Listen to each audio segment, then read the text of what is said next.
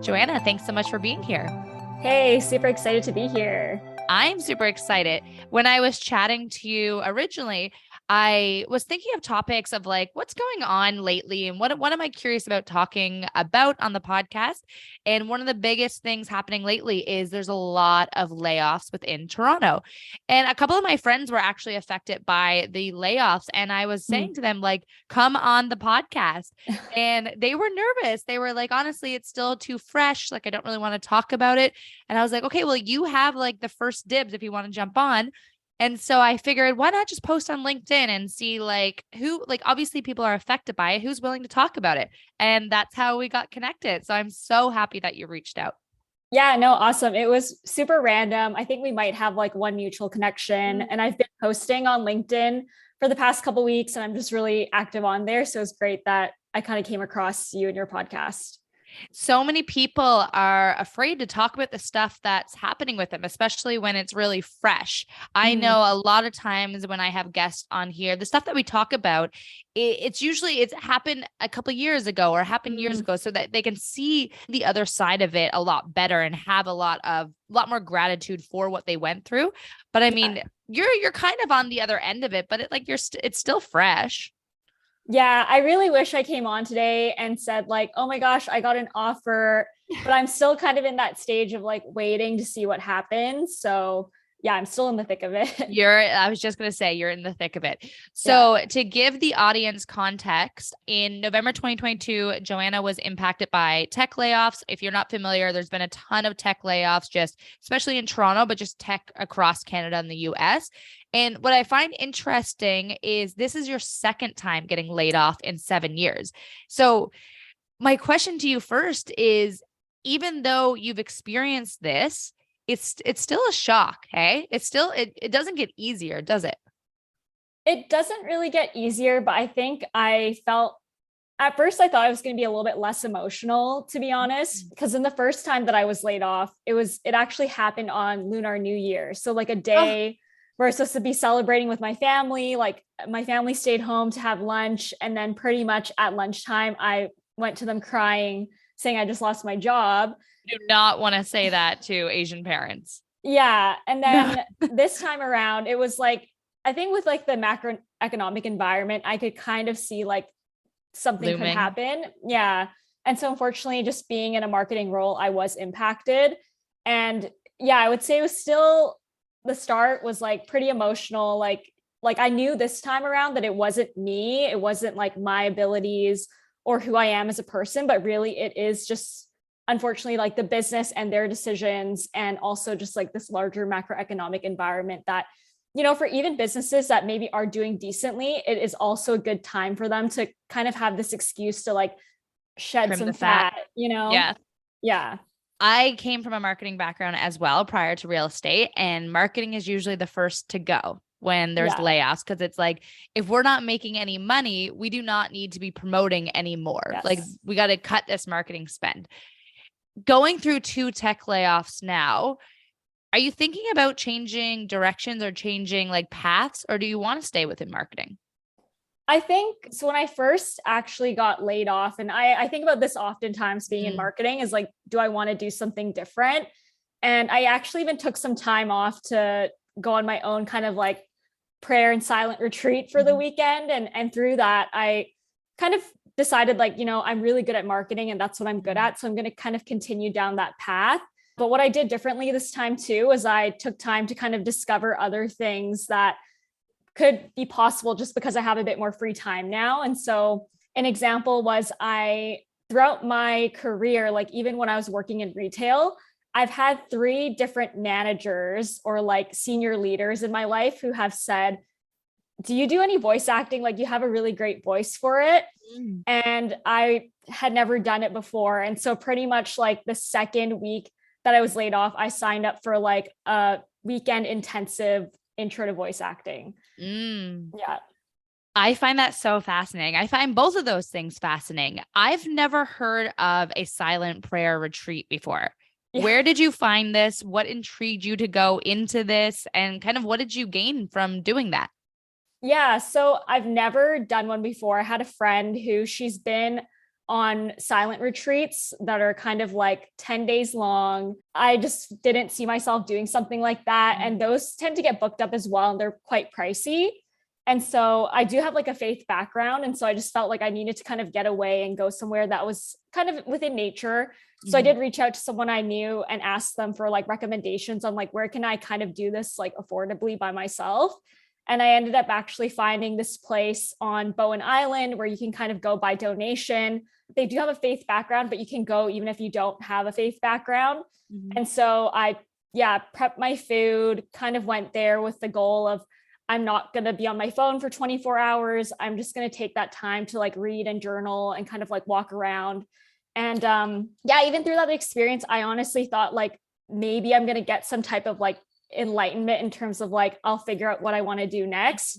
But I think what I realized through that was I just needed that space to really slow down and really just like feel a sense of like calm and like get rid of any hurry that I was experiencing in the last couple of years that really was like draining me. And so what I really got out of that was like, I need to kind of keep this stillness in my life. And that like, even though I had this one weekend experience, it's something that I had to embed into like my weekly routine.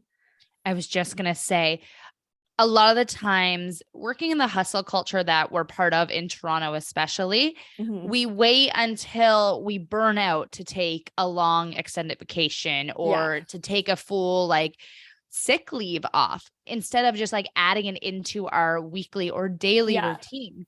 And it is as something as simple. I'm from a super small town. So it's like, I'm not part of the hustle and bustle. I didn't grow up around that. Like I've chose to be part of that. So I am so used to being around nature. And I find if there's a single day where I don't get outside and just go for a walk, and even if I don't need silence, but just that calm nature, I notice a big change in my day. So I can only imagine the benefits of doing a silent retreat. You did it for a full weekend? Yeah. So from Friday night, I took the ferry, drove to the Bowen Island, and then I left around Sunday afternoon. So I had a solid 24 hours of like no phone. I didn't really talk to anyone. Like when I got there, I talked to the volunteer who was like hosting that weekend. And then otherwise it was like very minimal talking or contact with other people. And I find you don't like, I know you, like, you're like, okay, I don't need anything as crazy as a 10-day silent retreat. Let's do something a little bit more minimal. But anyone listening to this, you can do something even more minimal as that. Like you can literally just like turn your phone off and just go to Toronto Islands and just lay in the park for an afternoon. You don't, and like, or just journal or just like go for a long walk. And again, with your phone turned off. I feel like our phone is like honestly a safety thing too. So I like don't ever like leaving it completely, but just turn it off. And I think there's so much benefit in just shutting off yourself as well. No, for sure. When I got there, I was like, oh, I think I'm going to just keep my phone on so I know the time. And the volunteer who worked there was like, why do you need to know the time? Like, what are you in a rush for? Like, what are you trying to like do? And then so in the middle of the Saturday, I felt really tired. So it was the first time I kind of just in the middle of the day took a nap with like no alarm and just kind of let my body rest and like take the rest that it needed. It's like the way you say it, it's groundbreaking. I just didn't put an alarm on. And it's just like, how did we get here? Where it's like, you almost feel like that's monumental to just go one day without having a purpose and getting up and doing something. We feel so guilty about doing nothing. Why do you think that is? Why do we feel guilty about doing nothing? I think because especially when you live in a city like Toronto or Vancouver or a place that's like a very high cost of living, and oftentimes people's wages do not match the standard of living, is you do feel the need to like always be on and like think of ways to make money or think of ways that you can kind of save money or like even after a long week, just rejuvenate yourself. So I feel like that's why we just can't shut off, because it just feels like we always have something that we need to do. You spent the first few weeks post layoff just decompressing. Did you feel like you had to do that, or did you force yourself, or did that just happen naturally? I think because it wasn't my first layoff, I knew that like this was actually also like just to be transparent, I did get like a nice severance package. Yeah.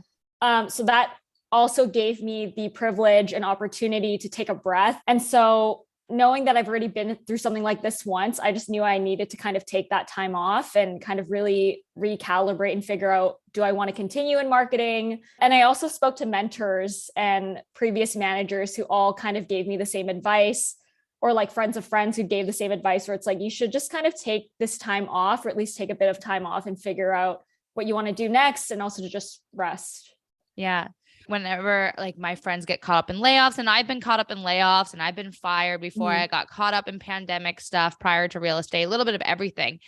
And I always say to people, like, you're going to be back in another role before you know it. And you are going to regret not relishing in this time that you have. Think of it as a long vacation. You can still get back on the horse and plan your next move, but think of it as a time to appreciate the hobbies that you have, learn new hobbies. Just, it's like an extended vacation. And again, it comes with a lot of privilege when you have the severance to be able to look at it that way. But generally how we're talking right now and the tech layoffs that are happening, majority of people are getting severance packages. So you do have that beauty of time to just relax and take the time to make the next move instead of feeling rushed and pressured into just jumping at anything. Yeah, totally. Because I think that's a mistake that I don't want to make, is to rush into a job that I just needed for financial reasons. And then now I'm kind of stuck there for a year. But I also understand that everyone has their own timelines. Like, I think I'm also getting to that point too, where I haven't been working since November. Right now it's like mid-March.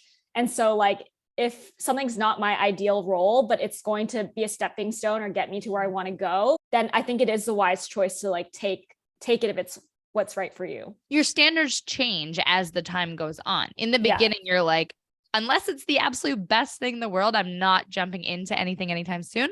Then as you get closer and like, you're eager to get back to work too. Like, you do want to feel like you're building something and having a part of something. Like, there's only so much, I can only speak for myself. There's only so much chilling you can do before like you start feeling like actually very unproductive and just like, you don't know what you're doing with your time. Yeah, 100%. Okay. So you laid off in November, we're mid-March. At what point did you get to that point? Yeah. Where you're like, okay, time to get back on the horse again. And let's start applying. Let's start looking. Let's start figuring out my next move. Like, how long did like the decompressing last? I'd say like about a month, or maybe even 6 weeks. Cause it's just like the timing of when I was laid off. You're also going into the holidays. Yeah. Yeah. So there's the challenge of like, okay, there's less activity during those weeks before the holidays because like people are going on vacation, or people just kind of don't care anymore. So I started kind of more so during that period of time, like revamping my resume, and also even taking time to do some activities such as like, I did this worksheet that was trying to figure out what are your top 7 skills. So then through that, I listed like the 25 accomplishments I've had in my career and like what makes me proud of that. And then from that, I was able to extrapolate 7 skills. And so from there, I know like, okay, for my next job, like for example, I love collaboration. I love working with other people. So I want to be in a role that has a lot of collaboration and like cross-functional work. So there's a lot of like digging and finding things about myself as well. I want to move to the US from Canada. So that was also a time that I used to kind of do a bit more research into like what companies are out there in like New York and San Francisco, and like what are the opportunities for the types of roles I want. This list of 25 accomplishment that led into the 7 skills of yours, where did you learn about that? So I guess this is like another place of privilege, but through the layoff that I had, we were connected to like a career coach. So it's like, if you wanted to take that offer, then you could. So I was someone who decided to like utilize that service. And so, yeah, it's through this program called Get 5, but essentially that's one of the worksheets and like the first steps that you want to do before your job search. Did you find the majority of your peers took advantage of that? So actually, like not everybody took advantage of it. Yeah, which is interesting. Career coaching and like mentoring is an expensive service. Like, I'd be all over that. So then I had a few friends who definitely did take it. I think others, because they felt like, oh, I know how to write a resume and I know how to like write cover letters, I know how to interview, they didn't do it. But But it was I way think more than that. it was, yeah. Like for myself personally, and for the friends that I know who did take this service, what we found was the coach was really there for accountability Mm. and mindset shifting. Mm. Yeah. Where was your mindset post layoff and how has that changed? Like, what did you gain in terms of the mindset shifting from the coach? For me, she gave me some strategies to use. So, for example, like as someone who's worked a lot, I kind of gave the example of like, oh, how can I add pressure to myself so that I actually perform and like try to Mm. like look for these jobs, right? At this point, the only motivator that you really had is like, I need to get a job to like put food on the table type of Mm. thing, especially if you have severance or especially if you like don't want to get the wrong role, you're going to kind of take your time. And so she kind of tried to get me to shift my mindset where it's like, is it really about the pressure though? Like in some circumstances, like pressure is really great. It might help you like meet a deadline. But in like a situation like this, she's like, you actually want to figure out like who do you want to be during the process and like how do you want to show up? And Mm. so I leaned on some words such as like, I want to be open, right? So I want to be open to like different opportunities, even ones that at first glance I might be like, I'm not really interested, but I should still have the call and figure out like, does it kind of align with what I want? And also showing up as like, I guess, discipline, right? It's not really about like the minor goals every single day of being disciplined. Like I need to apply for like 5 jobs today. And like, that's how I stay disciplined, but it's like looking at your overall like plan to find a job. Like, are you staying disciplined and are you doing the things that you need to do each day or each week to like get you towards that goal? Some of those calls that you took that initially you were like, like this is not the job I want, but you still took the call. Were you surprised by any of them? I think I was surprised in the sense that like the information that you get off of a job description or even like a 15-minute recruiter call is only so much. So Mm. it's always good to kind of like have those calls and then figure out if you want to continue after they tell you what the company is. And also like, to be honest, like it is good practice. So if you're kind of like someone who hasn't been in the job market for a while, like these types of calls are good practice. They are. You don't want your first interview to be the job interview of the job Yeah. that you really, really, really, really want. It's just about to Yeah. go kiss a couple frogs first before Yeah. you go on the dream interview. Yeah. You know what I mean?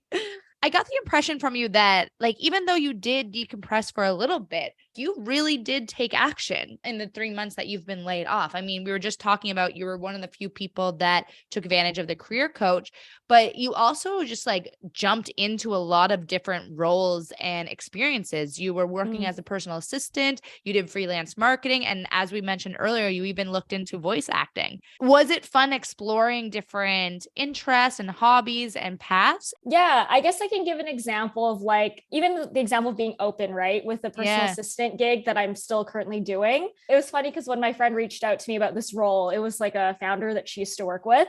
I was actually trying to ask my other friends, like, hey, does anyone want this? Mm. Because I was like, I don't really know if I want to take this on. But then after like reflecting on it and like speaking with the actual founder that I work with, I decided like, why not? Like during this time where I'm not working, let's try something that's like not marketing. Cause that was Mm. like another fear that I had was like, I actually didn't really take on any marketing freelance projects because I was like, I don't want to do that. And then when I get into a full-time role, feel burnt out. Cause like Ah. I was just working on these projects. And so, yeah, working with like the founder, it's been good to like keep my brain active and just like think on the fly, especially being a personal assistant. Sometimes things come up and you just need to like solve it right away. So that's been really great. I think trying other things like the voice acting, right? So what kind of came out of voice acting was that my instructor recommended that if you want to do like animation voiceover, you should actually try out improv. And so, yeah. So then I was really reluctant to do it because I was like, I don't know how I feel about improv. It just seems kind of like not for me Why? or just really out there. Like I just had like this negative idea of it. Okay. And then I had a friend who actually goes to the school that I go to now. And she was like, oh, they have a free session. Like, do you want to come with me and then you can kind of try it? And I was kind of like really pushing this off to the last minute. And then in the end, I decided to like go with her. And then when I was there, I was like, oh my gosh, like I've played these, they're just like games. Like I've played these games before at like even like a work team bonding session. And so that's kind of what got me into it. My mindset is like, this time that I have right now is so precious. So why not try things that might be different? And it might actually open up doors to like other paths that I've never even thought of. 100%. A quick fact about me, one of my first courses in university, my electives, was Introduction to Acting. Oh, And fun. so the nature of the commerce program that I did, the university I went to, you were not allowed to pick electives within the business program. You had to do something completely different. I think it was just their way of like making well-rounded business people. Yeah. So I did Introduction to Acting, and a lot of it was like a lot of the classes were like improv. I felt like I was in a gym class with adults. Yeah. It was so funny. Yeah. But the thing that I noticed, like I always thought I was, and I think I am. I know I am a very confident person, but wow, improv puts you so out of your comfort zone. Yeah. It makes you feel like the kid picked last in gym class, like the entire class. Did you feel that way? I mean, Or maybe you were good at it. It's funny because when I think when I took the first few classes, it's like you go up, this is just performing in front of your class. You're doing like a little short scene. Yeah. But it's like I just had no self-awareness of like what was I even doing? Like I felt like it just kind of happened so quickly. You're blacked out. Yeah, essentially. But now I finished like the 102 level. Okay. And I'm taking this class called Deepen Your Characters. And I've done like 2 live shows in front of an audience. And now I actually have more awareness of what I'm doing. And like now I'm getting to the point where it's like, I'm not just here to like play. I'm actually here to try to like refine this skill that I'm trying to build as wow. Yeah. Like just think like without this layoff, you wouldn't have been able to explore this. And maybe it just becomes like a random hobby and an interest. I mean, it might become a party trick that you could bring. Like it just makes you way more of an interesting person. You know what I mean? Yeah. As I keep saying, we get so caught up in work. We work. On the weekends, we're catching up on emails. On Sunday, we're too exhausted. We need to clean our house and make meals for the next week. Then we do it all again. Yeah. Like, who do we become other than that? Like our work becomes our self-worth. And that is a really scary path to go down. You know what I mean? Yeah. Imagine you work somewhere for like 5 years and then you just got laid off. That must have been really devastating. And your whole life and like social network, everything is that job. Like previous to real estate, I hung out with my coworkers at work and after work. And if I was ever caught up in a layoff at that company, I'd be like, okay, everything just got taken away from me. It would feel. Tell me about some of the bad days of the layoffs. Ew, some of the bad days. I mean, they were definitely there. So I think definitely the first week it was like I just remember trying to like fix my resume or something. And I was like, you know what, I'm just gonna lay on the couch for a second. And then I laid on the couch and started crying. And then I messaged my friend and was like, yep, like this is just how I'm feeling emotionally. And I guess sometimes too, like it's not even like the full day is bad, but sometimes it's like you've had a great day and then I'm going to bed. And then I think like, oh my gosh, I don't really work and I don't really know where my life is going. So it's almost like Feel a little hopeless. Yeah. We talked about mindset earlier. It's so easy to go to bed that night and think, oh my God, I have no purpose tomorrow. Instead of saying, oh my God, I have a full day of opportunity of like so much I can do and get done. Yeah. But it's funny when we're back into the role, when we're post layoff, we're back into a new company, you'll have a stressful day at work and all of a sudden you'll be like, oh my God, I just need one day to just do nothing. And I want to work on everything else besides this job. And it's like so funny. We always think like when we're in it, we want the other thing. When we're in the other thing, we want to go back to where we were. Yeah. It's interesting, isn't it? It is. I'm hoping that this time, like once I start working full time again, I find a bit more balance to like do those extracurricular things. Cause I think in the past, the only thing that I did that was like kind of extracurricular was like, you know, working out or maybe doing like a rec sports team, but nothing else to like further myself that was like very experimental, like right now. And all of these experimental things, whether or not it probably will make you better in your job, in terms of specifically improv, you'll be able to learn how to deal with things on the fly and Mm-hmm. and bounce off other people. And especially if you like collaboration, like working in improv is gonna only Yeah. help that. And just like it makes you just a lot more resilient. Like if Yeah. you can handle layoffs, if someone just sends you a bad email at work, like you can handle it. You know what I mean? You're not as reactionary. Mm-hmm. You're not as troubled by like minuscule things moving forward.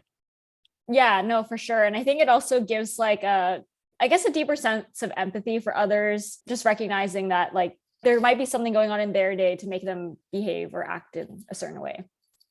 I want to ask you a little bit about the rejection. So once you start applying for jobs, I remember you saying like sometimes you would look at a role and just be like, I don't even want to bother because I just like can't handle another rejection letter or a rejection email. Walk me through those thoughts that you were going through. Yeah, for sure. I think that was like a big thing that I had to shift my mindset around as well. And I think in the past layoff that I had was like, I don't think I tried for some jobs because I just didn't think that it was attainable or like I was even like experienced or like worthy to like get it. But I think now I'm in a different mindset of like, why not? Like, I honestly have nothing to lose. I have an extra hour a day to like try to apply for this. And I think too, it's like I had to kind of zoom out and think of the bigger picture of like, it's not just about like this one job and whether or not I get an interview for it, but it's like, did I put in the reps to get to that final goal of like getting that job that I want? What do you Right. mean by that? So for example, it's like just knowing that because all I can really control is my effort and not really the outcome of what job I can get. So it's like if I can then, like playing basketball, get more shots of like applying for this job and applying for like the other job and whatnot, then I just increase my chances of meeting that goal finally one day, getting that ideal role that I want. I think a lot of people do like self reject themselves, right? Or like they don't even put themselves into the running for something because they feel like how I felt before, where it's like, I'm not experienced enough or I'm not worthy and things like that. And this market is definitely different from other markets. Like I have some friends who are super smart, high achievers, and like they are even also recognizing that this is the type of market where it's like, you kind of just have to give it your all in every situation. And so that's just how I've been able to kind of overcome that sense of like rejection on myself. Right? It's not just you, there's tons of other people experiencing the same thing. Yeah.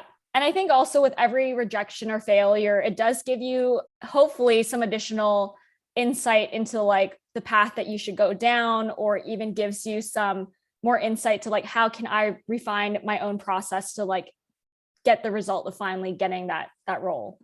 It also makes you more rejection proof. Like you Yeah. can, every rejection you handle, like you become more resilient for the next one. You know what I mean? Yes. Like they start just bouncing off you, I would imagine. Pretty much at this point, yeah, they've kind of just bounced off me for the most part. Yeah, some will still hurt, especially when you want them. Yeah, I think having been rejected so many times in the job process, it's also helped me to like put myself out there for improv, because I'm like, well, what's going to happen? The worst thing is like, no one's going to laugh. Okay, whatever. I'll just say something else and hopefully they'll laugh. 100%. And also like, it was something too that kind of encouraged me to like start posting some of my own social content. Like I'm not super heavy at like content creation right now for myself, but I am slowly starting to put myself out there. It's hard, isn't it? Yeah. I put myself out there on social media every single day for my job, and I have an appreciation for any content creator or anyone in the public eye. Oh my God, everyone has an opinion. Yes. And it's sometimes scary. Like sometimes the comments and stuff, like it's hard not to take it personally, and just everyone's opinion. Everyone has one. Everyone has an opinion, but it doesn't mean that it's something worth like taking in.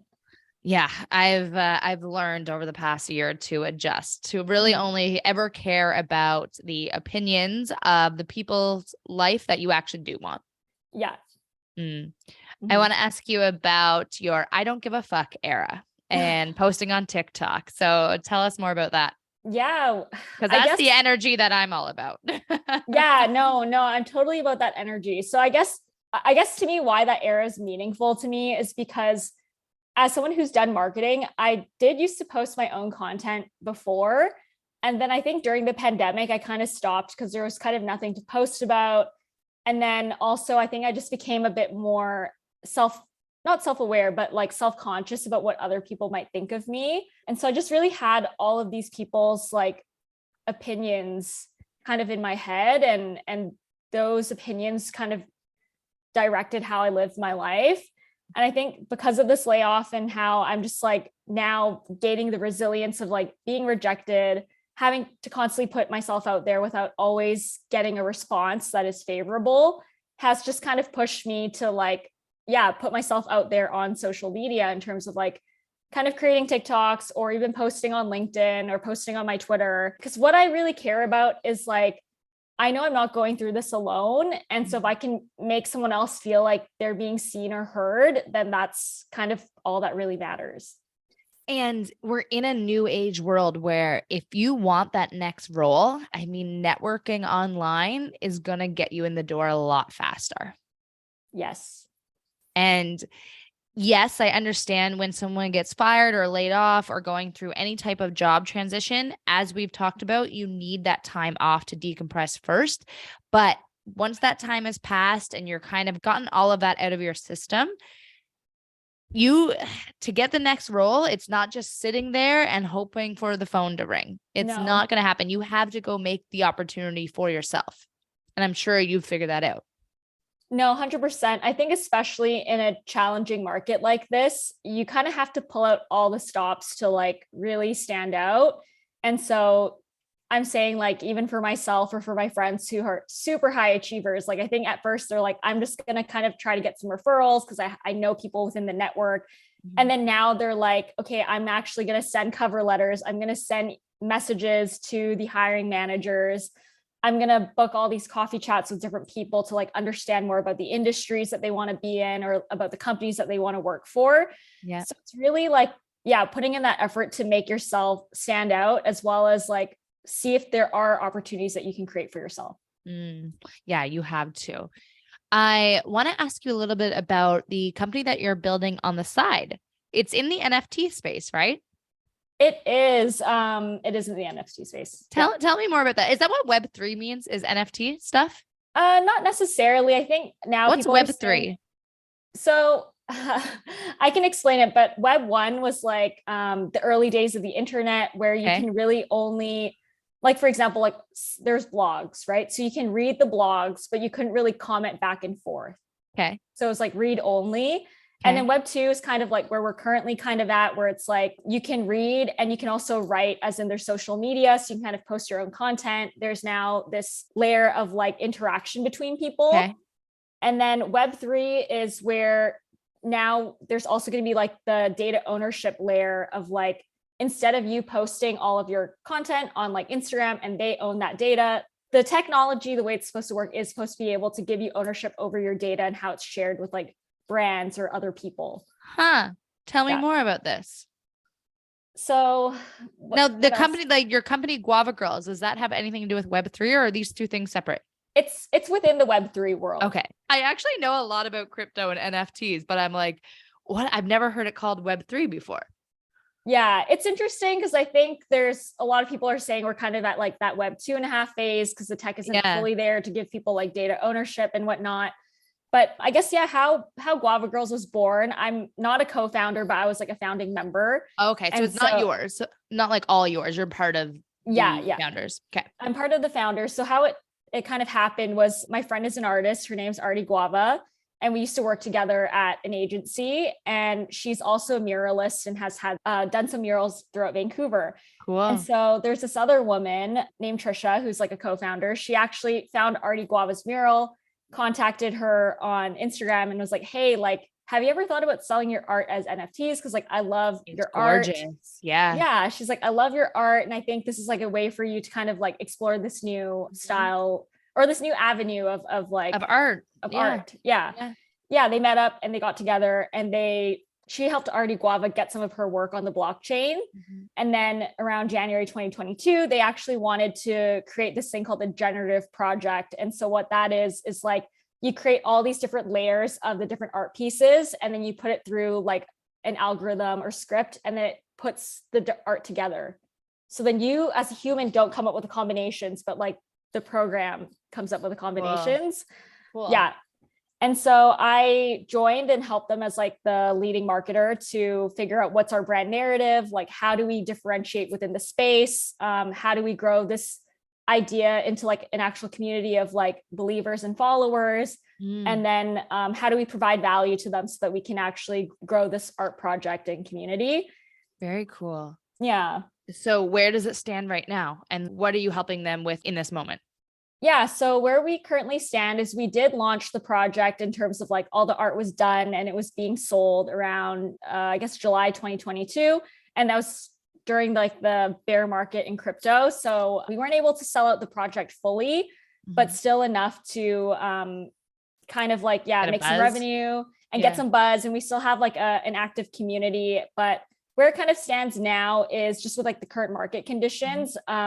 One thing that differentiates us is we do have this, it's called like the guava fruit stand that our community members wanted, which is like if they participate in like self-care activities through our Discord, or if they hold our NFTs, they can earn these things called these guava tokens that they can then redeem at the guava fruit stand for like self-care items. This could be like journals, or this can be like more like beauty products, or even like art that has, or it's like Artie Guava art as well. Yeah, I was looking at the website. It's super cute. Like I love all the artwork. I love, like I was picking around it, like looked really, really cool. Yeah. So currently like we're just adding more items to the fruit stand like every quarter, but kind of where it stands is we kind of want to decide, like it's hard to grow a community within Web3 because it's already so small. Like it's such a niche group of people who are interested. So we are trying to figure out ways of like, do we want to do more like external partnerships? Because I think Artie Guava's art really lends well to like home decor and things like that. Like I loved it. It's super cute. I'm actually doing a painting, like a paint by number right now, and it kind of has that similar vibe. So, and I'm gonna finish it. I'm gonna put it up in my bathroom. Yeah. And it had like a similar kind of look to it. And there's an artist I follow on Instagram, and she has like a similar vibe as her. Yeah. And she's like sold a lot of her stuff like to Indigo and HomeSense and that kind of stuff. Anyways, that was a tangent, but I was more just curious. So it seems like you really like the brand marketing, the product market fit type of marketing and the community building. So when you're looking at roles and interviewing, like what path do you want to go? Like what types of industries are catching your eye? What type of roles are catching your eye?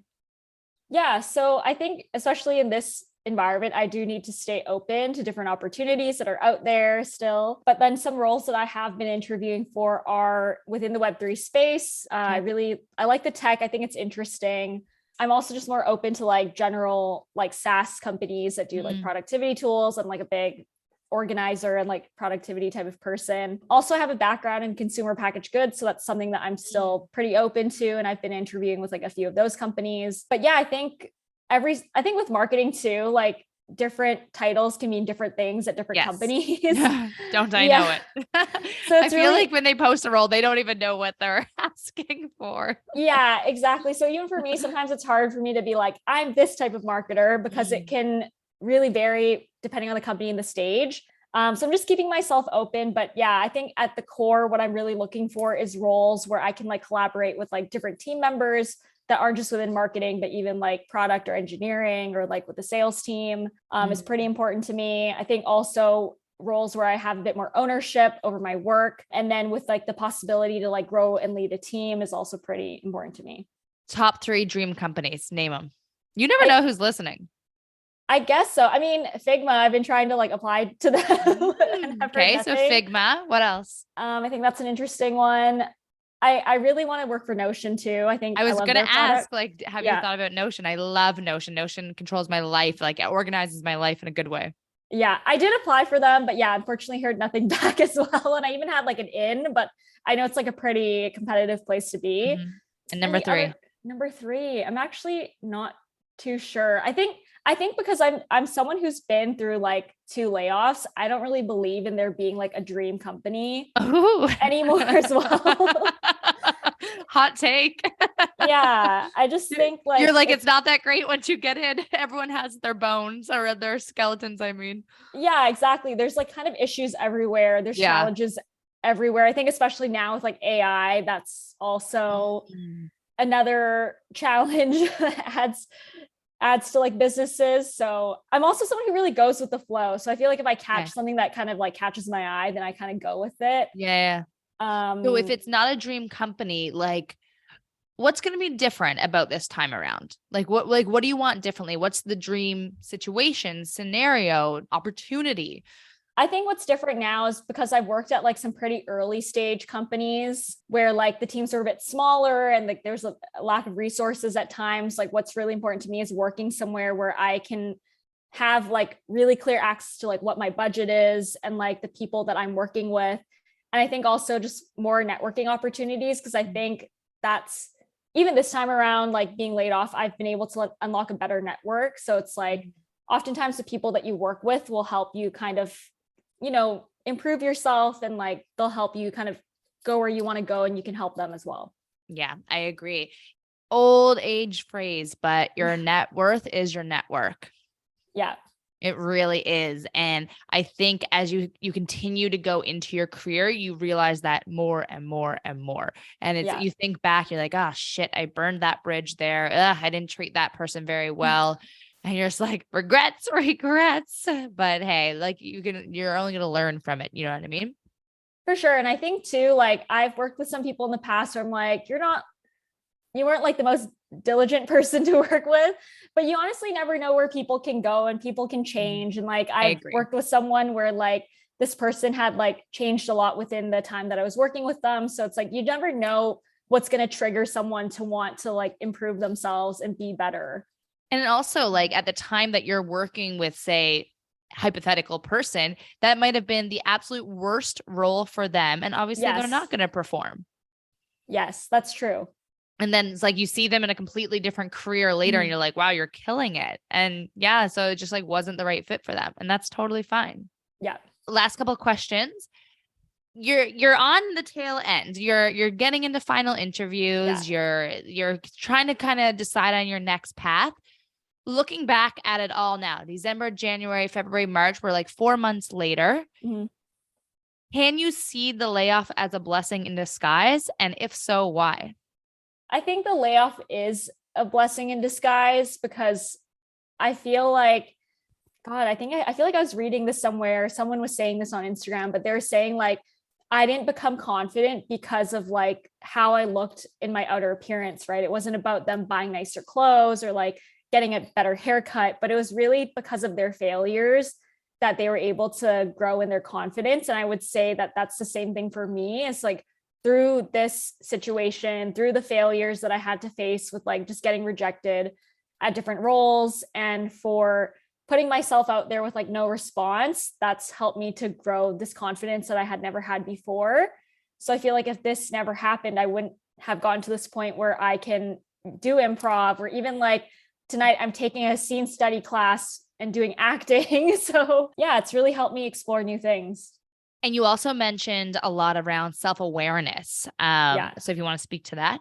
Yeah, I guess with self-awareness, just with like whenever you slow down and you have extra time to like reflect and journal and really kind of understand what you're going through, that does open your own self-awareness to yourself and like how you feel and like what are you good at, what do you not like? Because I feel like when we live a life that is so busy and hurried, you don't really fully get to absorb all of those learnings and experiences, right? Like, for example, think about someone who goes on a 10-day trip that is jam-packed and then they come home and then they just live their busy life again.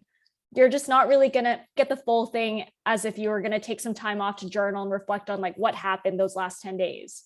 I love that you said that. When I went away for my solo trip recently, I journaled at the morning of each day about the day previously. Cause I was like, it is go, go, go. And when I get home, I'm not going to remember all of these little moments. I'm only going to remember like what I took photos of. And when I read back like before I did like an episode on my trip, I was like, whoa, like I'm so glad I did this. And it allows you to really reflect on each moment. Mm-hmm. Last thing, one of the best things that I think you said that you really have gained since going through this situation is you said you stopped shying away from taking up space. And now that you finally realize that you're worthy of taking up that space. I think that's so inspirational. Like what a change.